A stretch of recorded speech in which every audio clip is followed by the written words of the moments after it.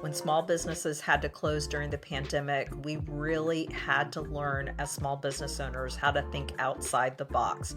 We had to figure out a way to make sure that our products and our services were not only available to our current customers, but how could we make sure we were staying ahead of the competition in making sure they had access to our services?